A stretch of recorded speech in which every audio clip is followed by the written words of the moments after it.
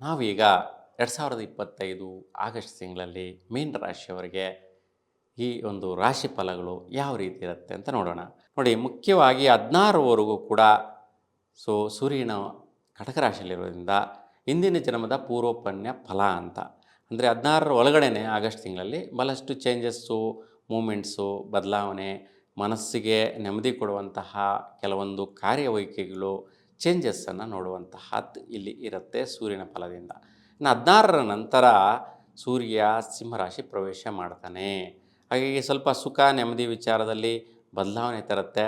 ಸ್ವಲ್ಪ ನಂಬಿಕಸ್ಥರು, ಸ್ನೇಹಿತರ ವ್ಯವಹಾರ ವಿಚಾರಗಳಲ್ಲಿ ಸ್ವಲ್ಪ ಬದಲು ಇರ್ತಕ್ಕಂತಹ, ಅಂದರೆ ಸಕಾಲಕ್ಕೆ ಅವರು ಹೇಳಿದಂತೆ ನಡ್ಕೊಳ್ಳುವಂತಹ ಸ್ಥಿತಿಗಳು, ವೈಪರೀತ್ಯಗಳಿರ್ತಕ್ಕಂತಹದ್ದು ಇರುತ್ತೆ. ಕೆಲವೊಂದು ಕಾರ್ಯವೈಖರಿಗಳಲ್ಲಿ ಬದಲಾವಣೆ ಇರ್ತಕ್ಕಂಥದ್ದು. ಯಾಕೆಂತಂದರೆ ಸ್ವಲ್ಪ ಕೇತುವಿನ ಪ್ರಭಾವ ಸ್ಟಾರ್ಟ್ ಆಗುತ್ತೆ.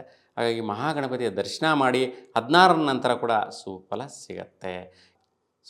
ಒಂದು ಹಣಕಾಸಿನ ವಿಚಾರ ಮತ್ತು ಭಾಗ್ಯ ವಿಚಾರ ಮತ್ತು ವಿವಾಹ ಸಂಬಂಧಗಳ ವಿಚಾರದಲ್ಲಿ ವಿಶೇಷವಾಗಿ 14ರವರೆಗೂ ಕೂಡ ಮಿತ್ರ ಸೌಕರ್ಯದಿಂದ ಸಿಗುವಂತಹದ್ದು. ಅಂದರೆ ಸ್ನೇಹಿತರಿಂದ ಈ ಒಂದು ಹಣಕಾಸಿನ ವಿಚಾರ ಆಗಿರ್ಬೋದು, ಮತ್ತು ಒಂದು ವಿವಾಹ ವಿಚಾರಗಳಿಗೆ ಸಂಬಂಧಿಸಿದ್ದ ಇರ್ಬೋದು, ಮತ್ತು ಭಾಗ್ಯ ವಿಚಾರ ಅಂದರೆ ಅದೃಷ್ಟ, ಲಕ್ ವಿಚಾರಗಳಾಗಿರ್ಬೋದು. ಸ್ವಲ್ಪ ಸಪೋರ್ಟ್ ಕೊಡುವಂತಹದ್ದು, ಸಹಕಾರ ನೀಡುವಂತಹದ್ದಿರುತ್ತೆ. ಇನ್ನು 14ರ ನಂತರ ಸ್ವಲ್ಪ ತುಂಬಾ ಬದಲಾವಣೆಗಳು ಬರುತ್ತೆ. ಅಂದರೆ ಕುಟುಂಬದ ಕಡೆಯಿಂದ, ಮನೆ ಕಡೆಯಿಂದ ಪುಣ್ಯ ಫಲದಾಯಕ ಫಲಗಳನ್ನ ಚೇಂಜಸ್ ನೋಡುವಂತಹದ್ದಿರುತ್ತೆ. ಹಠ ಪ್ರಯತ್ನ ಸಾಧನೆಗಳಿಗೆ ಸಕ್ಸಸ್ ಸಿಗುವಂತಹದ್ದು ಕೂಡ ಇರುತ್ತೆ.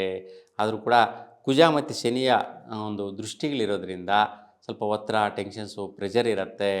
ಹಾಗೆ 2 ಗ್ರಹಗಳ ಒಂದು ಧಾನ್ಯವನ್ನು ದಾನ ಮಾಡೋದ್ರಿಂದ ಒಳ್ಳೆಯ ಫಲನ ಈ ತಿಂಗಳಲ್ಲಿ ನೋಡ್ತೀರ.